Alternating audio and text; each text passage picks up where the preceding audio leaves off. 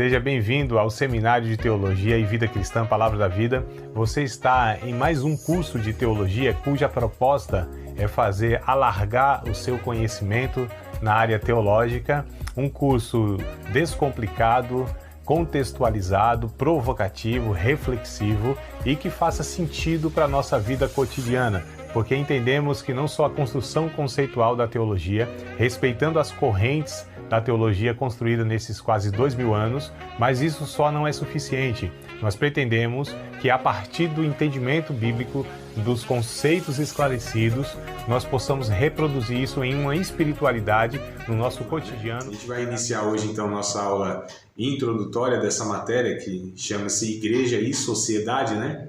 Uma matéria também fundamental para a gente que quer entender qual é o papel, né? Qual é a missão da igreja. Primeiro, o que é igreja, né? Que a gente vai estudar também sobre a natureza da igreja. Então, é mais fundamental ainda, né? Parece óbvio, mas infelizmente não é, né? Não é nem infelizmente, é que naturalmente a gente precisa de fato estar compreendendo, né, o propósito de Deus através da igreja, que somos nós, fazemos parte dela, né? Estamos inseridos na história. Manvalda, bem-vinda, viu, amada? Que bom que chegou também, fazer companhia pra gente. Tá tudo certinho aí, né? O áudio, tá ouvindo? Eu cheguei agora. Ah, coisa boa, que bom. Cheguei agora. Chegou na hora do começo, do início. Então, eu tô aqui na introdução, iniciando a introdução, né? Então, essa matéria que nós estamos começando hoje, né? Que possivelmente terá em torno de 8, 10, né? Estourando 12 aulas, a gente vai falar sobre esse tema, então, de igreja e sociedade, né? Então, sobre a igreja, nós vamos estudar sobre a natureza da igreja, e aí se vocês quiserem anotar, né? São pontos que eu coloquei aqui, são fundamentais, tá? Nós vamos estudar, então, a igreja e a sociedade. A respeito da igreja, nós vamos estudar a natureza da igreja, a identidade da igreja e a missão da igreja, tá? Então, esses 3 pontos que eu vou aqui, de fato, enfatizar, e deles, né? Desses 3 pontos eu vou aqui desdobrar outros mais. Então, assim, sobre a igreja, nós vamos estudar a natureza da igreja, a identidade da igreja e a missão da igreja. A natureza da igreja, nós vamos estudar, né, ó, tirando da natureza da igreja, a sua origem e a sua constituição, tá? Então, a respeito da natureza da igreja, nós vamos derivar a origem dela e a constituição da igreja.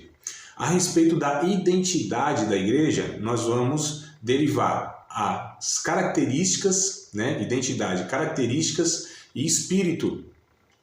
Espírito aqui que eu me refiro é a disposição, tá certo? A sua identidade, característica e disposição da igreja.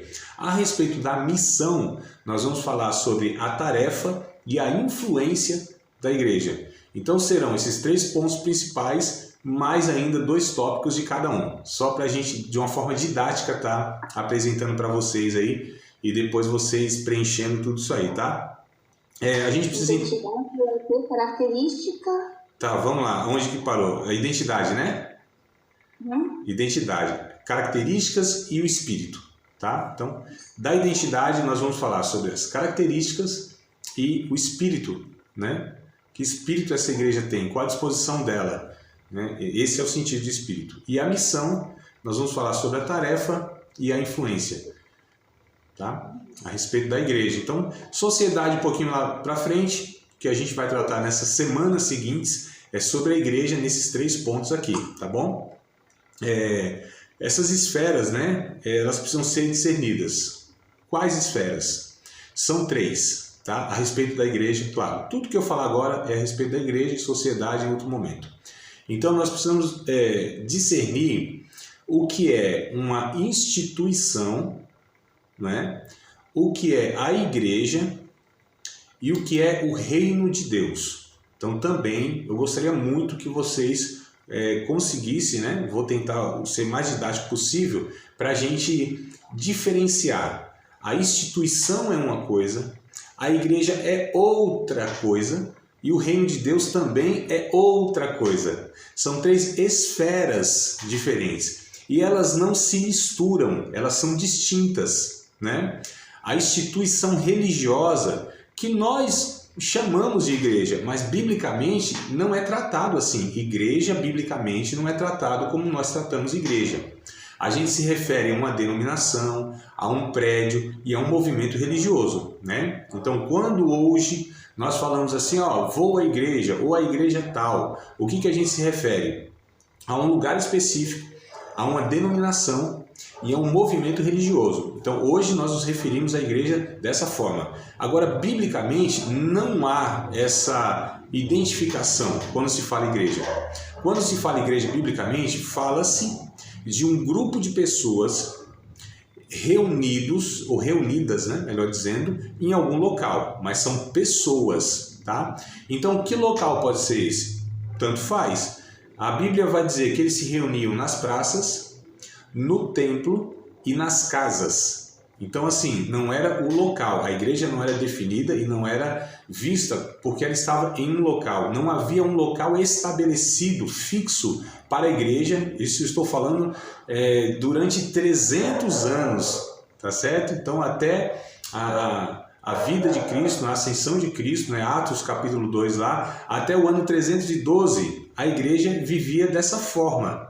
Sem muita forma e sem muita formalidade, né? A gente vê as cartas de Paulo, por exemplo, né? A grande maioria das cartas de Paulo, elas são direcionadas a comunidades de fé, né? Ou à igreja, só que era um grupo de pessoas que estavam na casa de fulano de tal, na cidade tal, né? A igreja que está em Colossos, a igreja que está em Filipos, a igreja dos santos lá na cidade de Corinto, a igreja dos santos que está em Roma, a igreja que está na casa de fulano de tal, né? Então, sempre nessa perspectiva, tá? Então, só para a gente entender como era a igreja, a gente está falando de natureza dela aqui, a origem dela, então a gente já começa a diferenciar isso. Então, eu falei sobre a instituição religiosa, sobre a igreja e sobre o reino de Deus. Então, a instituição religiosa é o quê? É isso que nós temos como lugar fixo.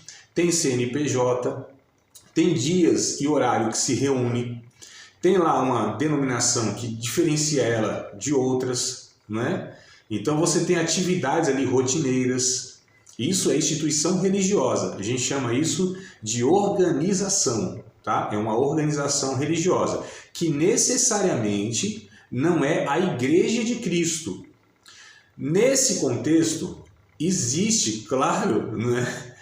Também perderia todo sentido. Existem pessoas que são nascidas de novo, que servem a Deus, de fato são povo de Deus. Mas todo mundo que participa daquela denominação, que frequenta aquele lugar, é salvo, pertence à Igreja de Cristo? Não, não necessariamente, né? E quem sabe isso? É só Deus que sabe essas coisas. A gente não pode falar, tal igreja não há ninguém salvo, né? Ou naquela igreja todo mundo é salvo. Ah, na minha igreja todo mundo é salvo. Não, a gente não tem condição de avaliar isso, tá? Mesmo porque a gente está falando ali de coisas que a gente não pode avaliar, porque Deus não nos deu, né? Na verdade, essa condição de julgar quem é e quem não é salvo. A gente não tem condição de fazer isso.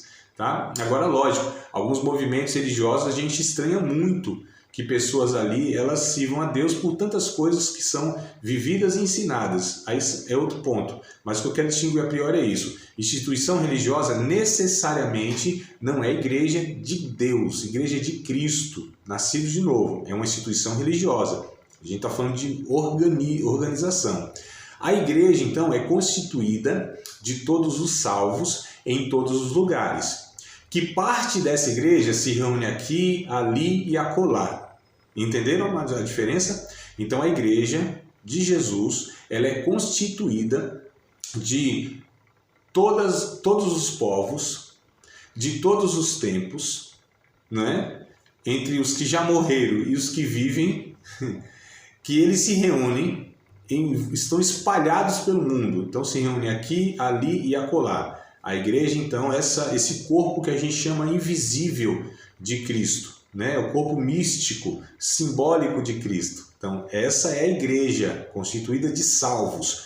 Todos os que pertencem à igreja de Jesus são salvos. Todos, sem exceção. tá? Só que, ó, não podemos confundir com aqueles que pertencem a uma instituição religiosa.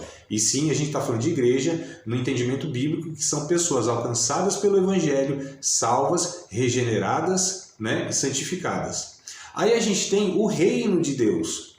O reino de Deus é muito maior do que uma igreja, ou a própria igreja universal que a gente chama, né?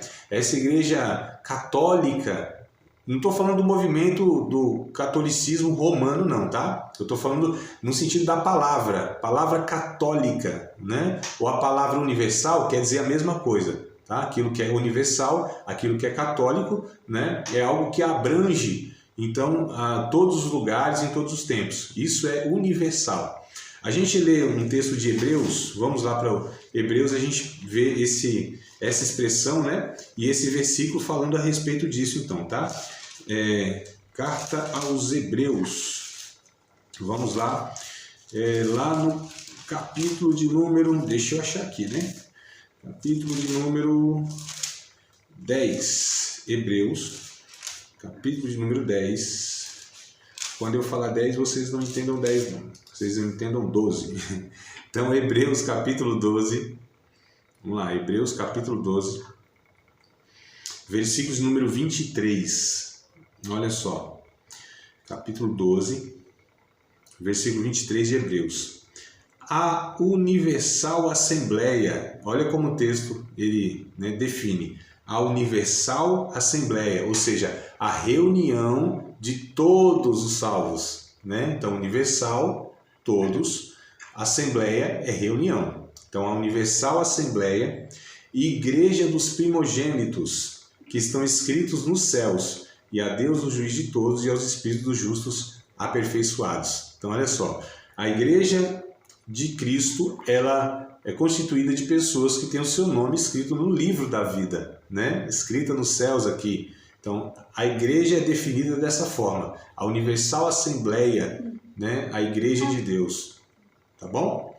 Vamos lá, continuar aqui, acho que alguém falou alguma coisa, mas vamos nós. Então, reino de Deus, o que é o reino de Deus? Sabemos o que é uma instituição religiosa, é um prédio, um salãozinho, algum lugar que tem lá, né, todas essas questões sociais, tá? Físicas, geográficas. A igreja, então, são pessoas que foram alcançadas pelo Evangelho, que necessariamente não são todos que estão naquela igreja local ou naquela instituição local. O reino de Deus, ela é muito maior do que uma igreja local. Então a Bíblia fala de igrejas locais, né? Que é essa que eu já falei, lá em Colossos, lá em Filipos. Opa, acho que deu certo aí, né, irmã Silvânia? Acho que agora deu, né, amada? Coisa boa, tá vendo? Graças a Deus conseguimos. A Bíblia diz, tá vendo? Tem que perseverar, né? Que coisa boa. Eu fico feliz demais. Agora vamos lá. Bora nós, amada. Fica à vontade aí para participar, querendo perguntar, tá?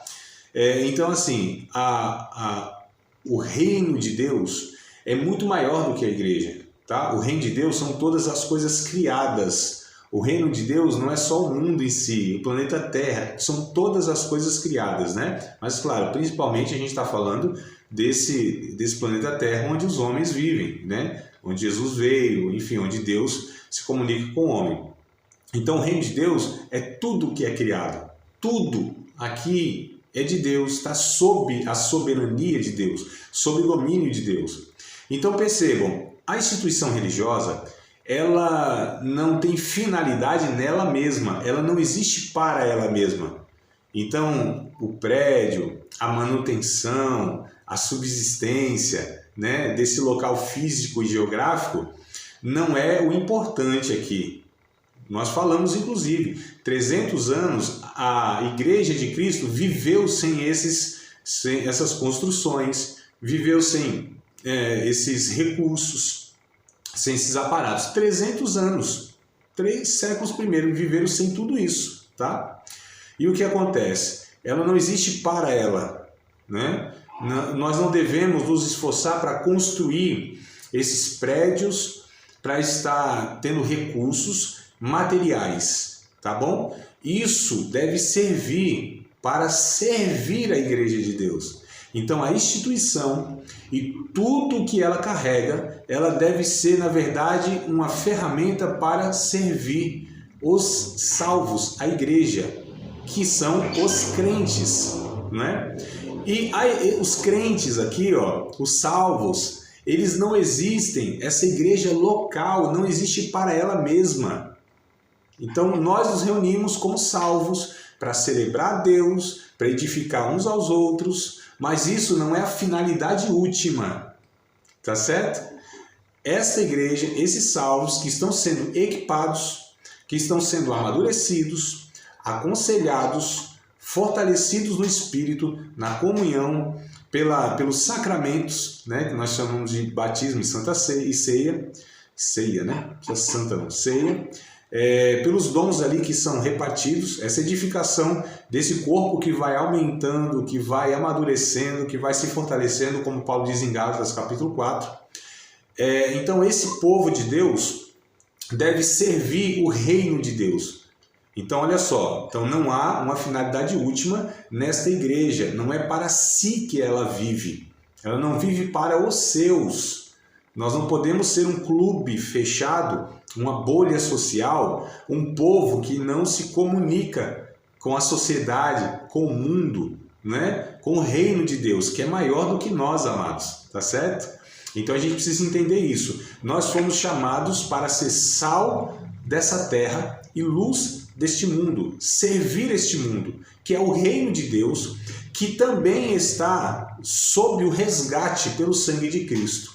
As pessoas pensam que Jesus morreu para salvar os homens e ponto final. Não, claro que a finalidade principal são os homens, mas a Bíblia diz em Romanos, inclusive, deixa eu pegar o texto aqui para a gente ler juntos, Romanos, carta de Paulo aos Romanos, capítulo de número 8, versículos de número 23, aliás, desde o 21, acho que fica melhor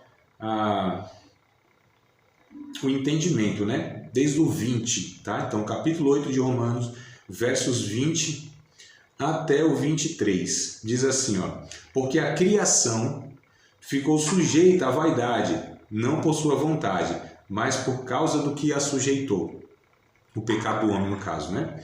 Na esperança de que também a mesma criatura será libertada da servidão da corrupção, para a liberdade da glória dos filhos de Deus.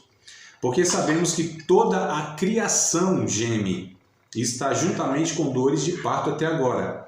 E não só ela, mas nós mesmos temos as primícias do Espírito, também gememos em nós mesmos, esperando a adoção, a saber, a redenção do nosso corpo. Então, principalmente o verso 21 e 22 aqui, vai falar sobre o reino de Deus, que é a criação, toda a criação, não é? Então, ela está gemendo pela manifestação dos filhos de Deus. Então, olha só como também a criação ela é resgatada, ela está sendo restaurada. Lá no final dos tempos a gente vai ver de fato que Deus restaurará todas as coisas, não só os homens em si, mas esse habitar, essa terra que foi afetada pelo pecado também. Então não foi só o homem. Quando Adão peca, lá em Gênesis capítulo de número 2, Deus disse: a terra será amaldiçoada por tua causa. Ela vai começar a produzir espinhos, abrolhos, Então esse habitar aqui, o pecado ele afeta assim o universo, Tudo isso não é destruído porque a graça de Deus, de uma forma preveniente, se antecipa e permite que ainda haja essa existência, mesmo com o pecado entrando, não só na vida do homem especificamente, mas em toda a criação de Deus, ela é afetada, Sejam animais, seja um clima, seja o que for, tá? Então todas essas estruturas que nós criamos, e a gente vê como a terra ela vai gemendo, aí de uma forma figurada, com terremotos, com tsunamis, furacões, enfim, secas, superaquecimento, agora as calotas polares, que já há décadas é abordado a questão do efeito estufa, enfim, tudo isso a gente percebe que é a criação que está de alguma maneira dando sinais de como ela foi afetada também. Então, isso que a gente fala que é o reino de Deus, é muito maior do que a igreja. Então, a instituição serve a igreja e a igreja serve o reino de Deus, tá certo? Esse é o ponto aqui. Então vamos falar de algumas características aqui da igreja, né? Características da igreja. Então nós falamos da origem dela e da característica dela. A característica ou características da igreja, ela tem 5, tá? Vou falar para vocês aqui uns nomes técnicos, mas eu vou traduzindo esse negócio aqui, tá? Então, primeira característica, uma igreja bíblica, saudável e relevante, que a gente vai ver aqui, né? Ela precisa ser ortodoxa. Uma igreja de Deus, uma igreja bíblica precisa ser ortodoxa. O que isso quer dizer? Que ela deve ter um ensino correto. Ela deve ter um ensino, uma doutrina que seja uma doutrina bíblica, deve ensinar uma doutrina adequada, biblicamente falando, tá certo? Então, a igreja saudável, a igreja de Cristo, de salvos, ela precisa ensinar aquilo que os apóstolos ensinaram, aquilo que as cartas elas ensinam, aquilo que Jesus ensinou, aquilo que Atos dos Apóstolos dá como parâmetro, né? Então, a igreja bíblica precisa ser ortodoxa, precisa ter uma doutrina, um ensinamento correto, tá bom? Ela precisa ser também... quando eu falo de ortodoxa, eu estou falando que ela precisa ser didática, né? Então, se você tem um ensino, você precisa ensinar. Né? Então, aqui precisa ser aplicado, é isso que eu estou dizendo. Temos um bom ensino, uma boa compreensão das doutrinas da Bíblia, né? A santificação, a expiação de Cristo, a Trindade, a Bíblia como única regra de fé e prática, a ressurreição de Cristo, a doutrina da Trindade, enfim, todos esses ensinamentos fundamentais, ela tem a compreensão correta e precisa ensinar isso, então ela precisa ser didática. Toda igreja local, que ela é bíblica, ela precisa ensinar. Se não houver mecanismos, se não houver cultos, se não houver propostas de ensino preparatório, discipulador, né? Que seja um ensino que leve as pessoas à maturidade, então ela não está sendo ortodoxa, ela não está sendo didática, ela não está cumprindo o seu papel de ensinadora, né, para os membros. Consequentemente, nunca crescerão, nunca vão ser maduros na fé, sempre vão estar cometendo erros grosseiros, como por exemplo a igreja de Corinto. Pessoas eram carnais, gente ainda vivia como aqueles que não tinham sido alcançados. Lá havia inclusive manifestações espirituais, os cultos, né? Eram o que nós chamamos hoje de pentecostais ou avivados, mas eles não eram maduros, eles não eram ensinados, não havia essa proposta. Era culto do fogo, né? Culto do poder, culto do milagre, culto pentecostal, mas não havia amadurecimento, ou seja, essa igreja, então, de Corinto, a gente percebe que não tinha aí essa ênfase e essa característica de ensinadora, né? Não era ortodoxa. E aí tem o segundo ponto. Ela precisa ser doxológica, doxologia, né? D-O-X-O, doxo, doxologia, né? A palavra doxo quer dizer adoração, tá? Né? Adoração. Então, doxologia, o estudo da adoração. Então, a igreja precisa ter a segunda característica. Ela precisa ser uma igreja que adora, né? Que celebra, que glorifica a Deus. Não só apenas na sua celebração, que eu digo nesse sentido de culto, isso também. Mas tem que haver também um ensino para que os membros daquela igreja sejam adoradores na vida. Adorem a Deus na liturgia do cotidiano, né? A ética, tá certo? A manifestação da natureza de Cristo na vida de cada membro precisa ser manifestado onde eles vivem, trabalham, estudam, convivem, na vizinhança, dentro de casa. Isso é adoração. Então a igreja ela deve ensinar e deve haver adoração verdadeira lá, né? Quebrantamento, confissão de pecados, celebração, enfim, dentro e fora dela. Também se for só dentro tem algo muito errado, né? Enfim, terceiro ponto. A igreja precisa ter a característica, ela deve ser querigmática, né? K-E-R-Y-G-M-A-T-I-C-A, mática, né? Querigmática. Eu vou escrever tudo isso aqui. Não se agonie não, mas eu repito aqui. Mas eu vou escrever isso aqui e eu envio para vocês, tá? No grupo. Querigmática, né? Com K-E-R-Y, Querigmática, tá? Querigmática. O que isso quer dizer, né? O querigma. Isso são expressões, todas elas aqui, do idioma grego, né? Que o Novo Testamento é escrito. Então, o querigma é o anúncio, é a pregação. Toda igreja precisa ter a pregação como característica forte, principal dela, tá certo? Todas as 5 aqui são 5 principais características. Uma não deve ser maior do que a outra, ou porque tem uma, a outra não precisa ter. Não, todas essas 5 aqui, elas completam, tá certo? Sem uma delas, a igreja ela fica, de alguma maneira, aí descaracterizada, né? Então, querigmática, deve pregar o evangelho, deve anunciar o evangelho, deve ser profética. A gente tem hoje, infelizmente, né, uma banalização desse termo. Tudo é profético hoje, né? É dança profética, é louvor profético, é pregação profética, tudo é profético, mas não é bem assim. Quando o Novo Testamento, principalmente, se refere à profecia em si, né? O Antigo Testamento também, fala-se muito de denúncia, tá certo? Denúncia. Então, a igreja ela precisa pregar o evangelho denunciando a condição do homem, né? A corrupção do homem, e precisa trazer a mensagem de esperança. Então, basicamente, Antigo e Novo Testamento. Quem era o profeta? Ou o que era, né, o espírito profético?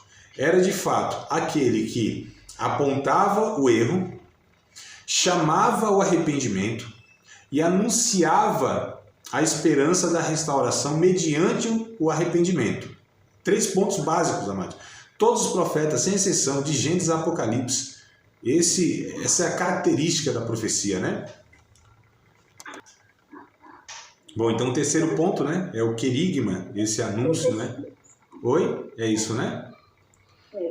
Tá certo, então vamos lá. A terceira característica é o querigma. Uma igreja precisa ser querigmática, precisa ser pregadora do evangelho, precisa pregar toda a verdade de Deus. Como Paulo disse lá em Atos dos Apóstolos, né? Ele disse, olha, não deixei de anunciar todo o juízo de Deus. Deixa eu ver se eu acho esse texto aqui, que eu acho ele bem interessante, né?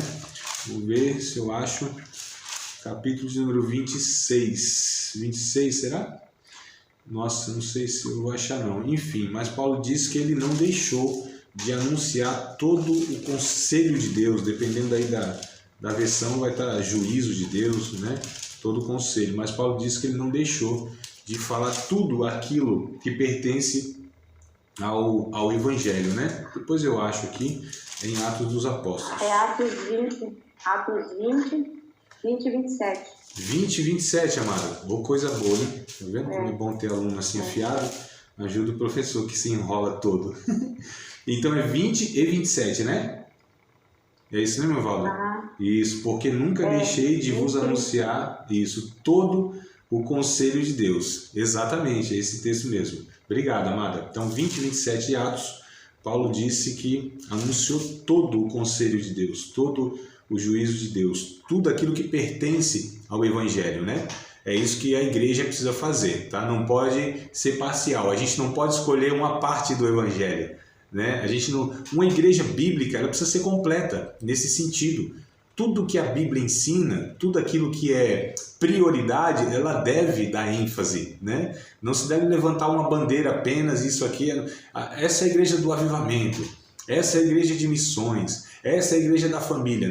Não pode ser uma dessas coisas desconectadas. É tudo isso e mais outras coisas ainda, né? Só dei um exemplo aqui, que às vezes tem igreja que tem uma característica muito forte e eles parecem que entendem o evangelho somente naquele ponto, né? Embora seja importante, mas o evangelho ele é abrangente e a gente precisa entender isso. Quarta característica de uma igreja bíblica, saudável e relevante, é koinônica. Tá? Koinonia, né? A palavra koinonia quer dizer comunhão. Então ela precisa ser koinônica, é tudo com K aqui, né? Koinônica. Então uma igreja precisa ser koinônica, ou seja, ela precisa promover, nutrir, estimular, né? E ter meios para que as pessoas vivam em comunhão, para que haja uma harmonia de relacionamentos.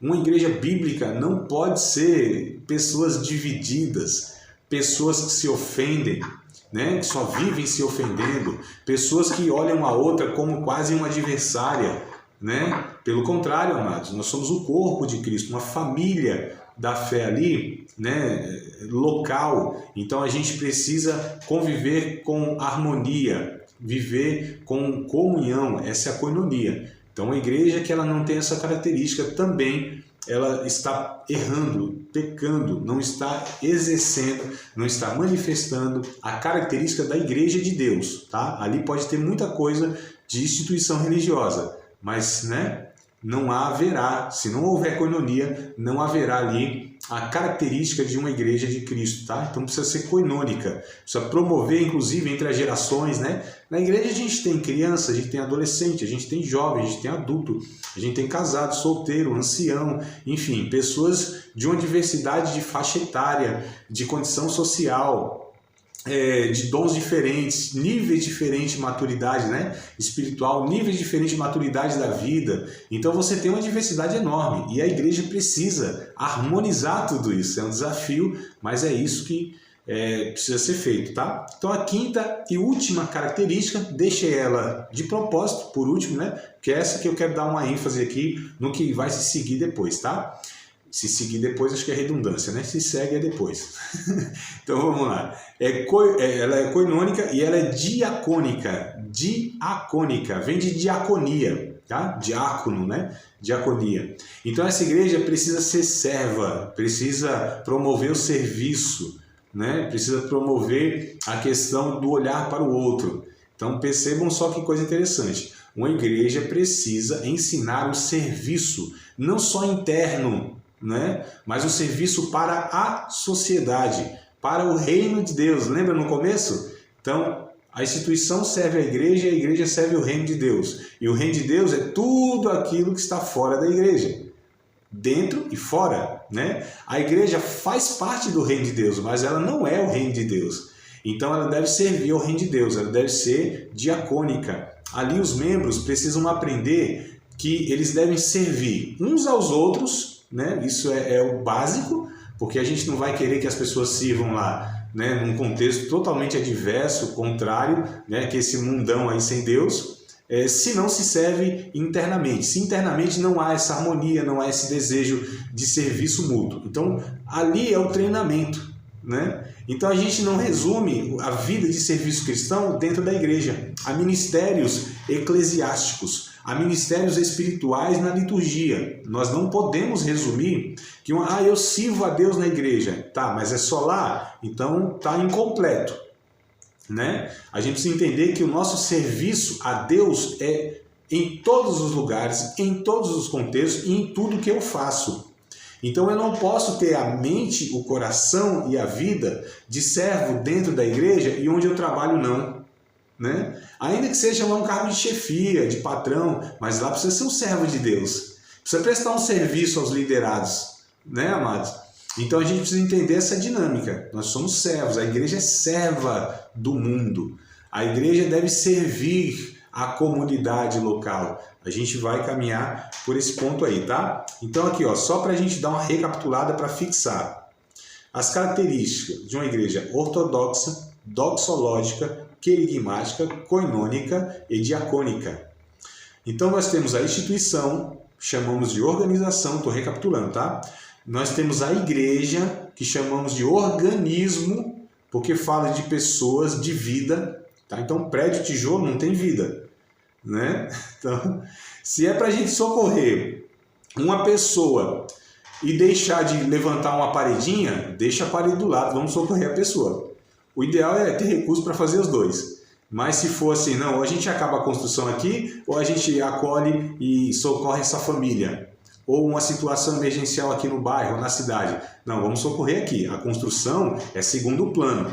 E toda a construção, todo o melhoramento que a gente faz na estrutura deve ser com a finalidade última, de servir as pessoas. As pessoas não podem servir a instituição para a instituição. As pessoas devem estar servindo umas às outras e todas essas estruturas devem viabilizar esse serviço, devem abençoar as pessoas, não o patrimônio, não o agigantamento da denominação, não para mostrar que nós temos uma denominação, um prédio, algo assim imponente, tá? Então a gente não pode confundir essas coisas. Nós não sacrificamos a vida das pessoas por causa do prédio, da tradição religiosa ou da denominação. É o contrário. Essas coisas, elas são, na verdade, uma ferramenta para abençoar as pessoas. Isso deve ser aí o entendimento correto, tá? Então, igreja, organismo, porque é vivo, né? Instituição é organização, porque não tem vida. E reino de Deus, criação, tá? 3 esferas que a gente precisa estar, assim, discernindo muito bem. Se não, amados, a gente confunde. E se confunde, vai dar tudo errado. Se a gente acha que a instituição é a igreja, a gente começa a usar as pessoas, né, para estar fortalecendo a instituição. Se a gente pensa que a igreja é o reino de Deus, a gente esquece do reino de Deus e aí começa a viver para a igreja ou para nós mesmos. Outro erro. Então a gente precisa entender tudo isso aí no seu devido lugar. Então vamos lá, falar sobre a natureza da igreja. Esse é o ponto que eu quero agora começar com vocês. Até agora foi uma introdução geral, para a gente entender essa dinâmica toda, e agora nós vamos falar naqueles pontos lá, né? Natureza, origem e a constituição. Então, a natureza da igreja. 2 aos Coríntios, capítulo 5, verso 17. Esse texto eu, inclusive, falo bastante para vocês, mas, né, em outras direções. E aqui eu quero pegar isso aqui para falar sobre a natureza da igreja, tá? Então, 2 aos Coríntios 5 e 17. Diz assim: assim que, se alguém está em Cristo, nova criatura é. As coisas velhas já passaram, eis que tudo se fez novo. Né? E eu gosto bastante, como você já deve saber, mais da versão que fala assim: assim que se alguém está em Cristo, é nova criação. Né? Aqui fala criatura, criação, se aproxima mais, eu entendo que se aproxima mais do original do que Paulo quis expressar. É nova criação ao invés de criatura, né? É algo muito mais profundo. Então o que acontece? Qual é a natureza da igreja? É uma nova criação em Cristo, tá? Tem a mesma natureza de Cristo. Então a natureza da igreja, ela não tem, na verdade, princípio no homem. Não é um movimento humano, ela não tem uma origem de uma vontade, um desejo, um projeto pessoal de ninguém.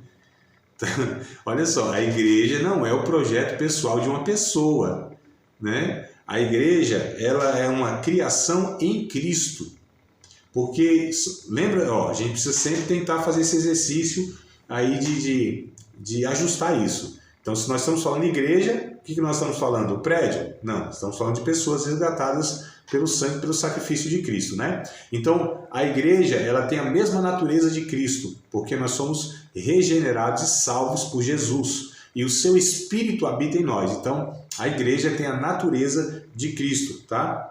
Ela é santa, se tem a natureza de Cristo, é santa. Todos os salvos são santos. O texto aqui de Efésios, capítulo 5, versos 26 e 27, declara isso, fala isso, né? Então, Efésios, capítulo 5, versos 26 e 27. A respeito da igreja, olha o que o texto diz. Para a santificar, está falando da igreja, né? Para a santificar, purificando-a com a lavagem da água pela palavra, para apresentar a si mesmo igreja gloriosa, sem mácula, nem ruga, nem coisa semelhante, mas santa e irrepreensível. Então, a natureza da igreja é santa, tá?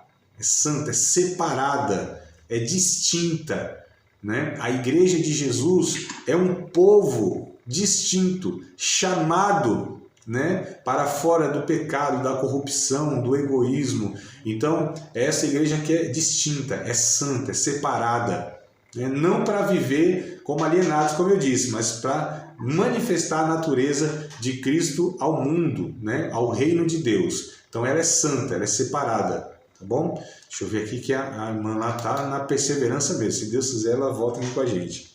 Ó, o texto de Mateus, capítulo 16, verso 18.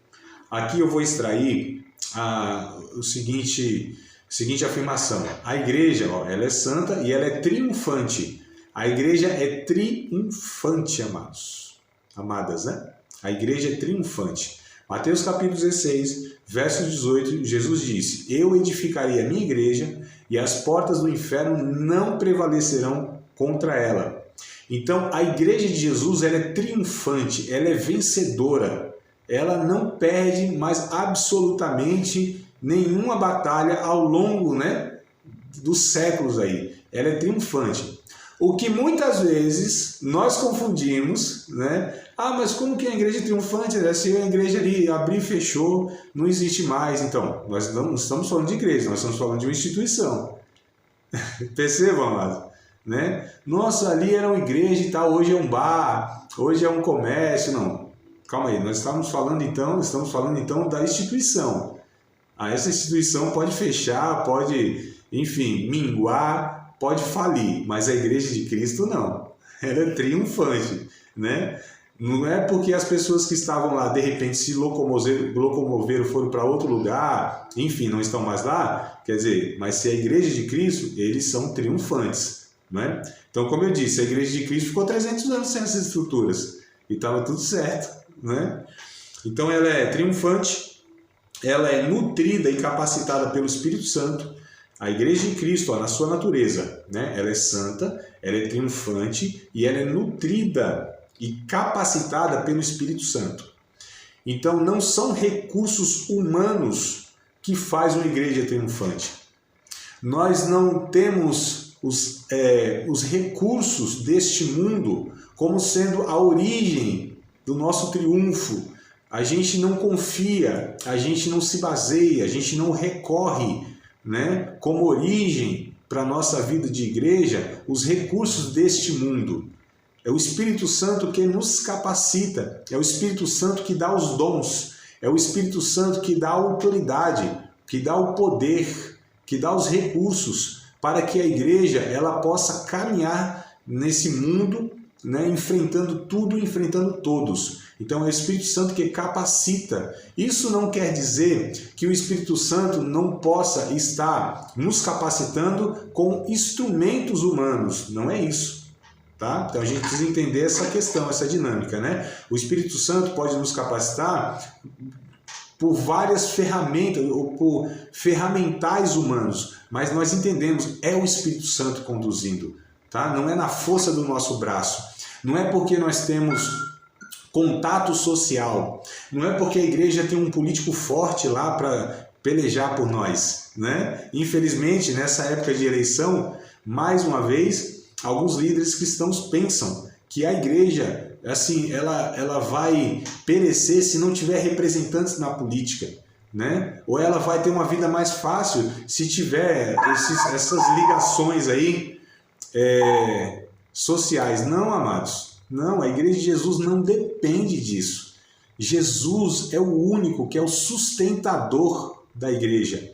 Ele só é suficiente para conduzir, para sustentar a sua igreja ao longo dos séculos, enfrentando impérios, enfrentando adversidades sociais, enfrentando questões jurídicas, inclusive. Pode se levantar quem for, reis, presidentes, políticos, força do exército, questões econômicas, culturais. A igreja de Cristo ela é triunfante, é Jesus que garante a vitória. Teremos facilidades ou dificuldades dependendo dessas questões? Sim, mas nós não dependemos disso, amados. A igreja é de Jesus e depende dele, é o Espírito dele que faz com que a gente seja triunfante em todas as situações. Aqui em 1 aos Coríntios, por exemplo, capítulo de número 12, sobre essa questão que a igreja é nutrida e ela é capacitada pelo Espírito Santo. 1 aos Coríntios, capítulo 12, versículos 1 ao versículo 11. Olha só, vamos ler o texto na íntegra aqui, tá? Quero ler com vocês na íntegra para a gente pegar esses textos aí completos. Então, acerca dos dons espirituais, não quero, irmãos, que sejais ignorantes. Vós bem sabeis que eres gentios levados aos ídolos mudos conforme eres guiados. Portanto, vos quero fazer compreender que ninguém que fala pelo Espírito de Deus diz Jesus é anátema, e ninguém pode dizer que Jesus é o Senhor senão pelo Espírito Santo. Ora, há diversidades de dons, mas o Espírito é o mesmo. E há diversidades de ministérios, mas o Senhor é o mesmo. E há diversidade de operações, mas é o mesmo Deus que opera tudo em todos. Mas a manifestação do Espírito é dada a cada um para o que for útil. Porque a um, pelo Espírito, é dada a palavra da sabedoria. A outro, pelo mesmo Espírito, a palavra da ciência. E a outro, pelo mesmo Espírito, a fé. E a outro, pelo mesmo Espírito, os dons de curar. E a outro, a operação de maravilhas. E a outro, a profecia. E a outro, o dom de discernir espíritos. E a outro, a variedade de línguas. E a outro, a interpretação das línguas. Mas um só é o mesmo Espírito. Opera todas essas coisas, repartindo particularmente a cada um como quer. Então aqui a gente vê algumas capacitações do Espírito Santo para a sua igreja.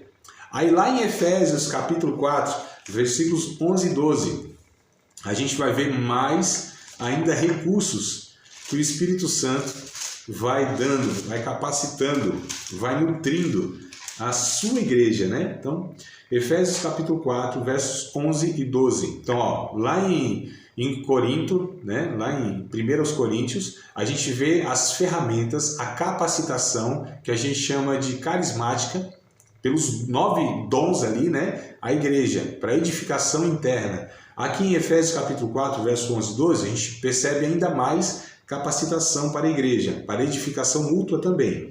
E ele mesmo, Jesus, né? Deu uns para apóstolos, outros para profetas, outros para evangelistas e outros para pastores e doutores, querendo o aperfeiçoamento dos santos para a obra do ministério, para a edificação do corpo de Cristo. Então, olha que coisa interessante.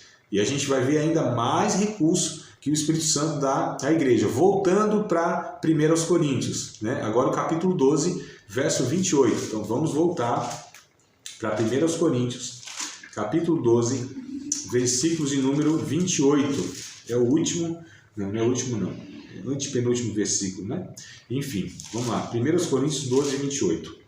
E a uns pôs Deus na igreja, primeiramente apóstolos, em segundo lugar profetas, em terceiro doutores, depois milagres, depois dons de curar, socorros, governos, variedade de línguas. Então, olha, aqui a gente percebe mais capacitação do Espírito Santo a respeito da igreja, tá? Então, só para a gente entender, a natureza da igreja, ela é santa, ela é uma nova criação em Cristo, constituída de pessoas com a nova natureza, não é? Ela é santa, ela é triunfante, ela é nutrida e capacitada pelo Espírito Santo, tá? Então, isso aqui é a natureza da igreja. Vamos ver, amadas, ainda se dá tempo aqui, da gente falar de alguns pontos sobre a origem da igreja. Então, nós falamos sobre a natureza, agora a gente vai falar sobre a origem da igreja. Tá tudo certo, estou muito rápido aqui. Se vocês quiserem, a gente... Ou se vocês quiserem fazer algumas perguntas, eu nem... De repente a gente discute um pouquinho aqui, tem mais uns 4 minutinhos no nosso horário. A gente pode discutir um pouco mais aqui, vocês que sabem. Quero aproveitar esses 4 minutos para fazer algumas perguntas, a respeito do que foi falado aqui. Diga, Mavalda. Pode falar, amada. Sim.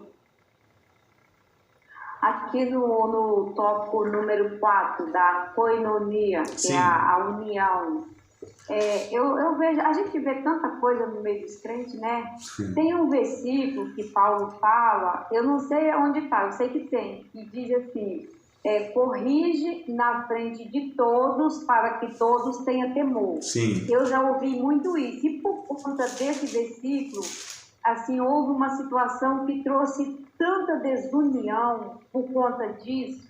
Por conta desse versículo, a pessoa dizia, mas Paulo diz que tem que corrigir na frente de todos. E assim, machucou muita gente. Foi uma coisa horrorosa, na verdade. Foi muito doído. Sim. Foi doído, foi triste, porque uns até abandonou a fé e foi terrível. Esse versículo que Paulo fala, eu penso que tem algumas situações, né, assim? Exato, vamos lá. 1 Timóteo, capítulo 5, versículos de número 20 em diante. É esse texto que a irmã está se referindo, tá? 1 Timóteo 5 e 20 em diante, né? Tem sim, amada, está correta em esse entendimento, tá? Primeira coisa, ó, vamos lá para a gente entender o texto. Primeira coisa, antes que a gente entre no texto, aliás, como é a prática, ou era a prática, né? Ou essa prática equivocada. Primeiro, uma exposição muitas vezes desnecessária, sem pedagogia, sem proposta de restauração, tá? Eu sei muito bem que a irmã está se referindo. Essa exposição desnecessária, não havia um propósito de restauração, né? É uma exposição desnecessária, é uma exposição vexatória, que a gente chama, né? Que envergonha, é isso que traz, vergonha, exposição desnecessária, né? Enfim, primeiro, o texto aqui vai falar sobre presbíteros, especificamente sobre presbíteros.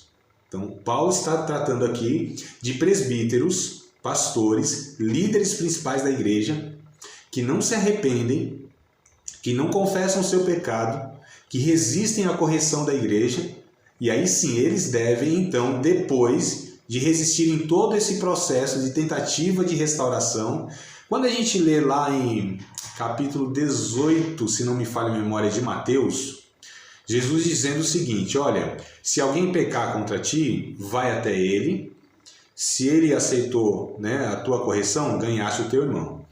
Se ele não aceita, leva mais 2 contigo.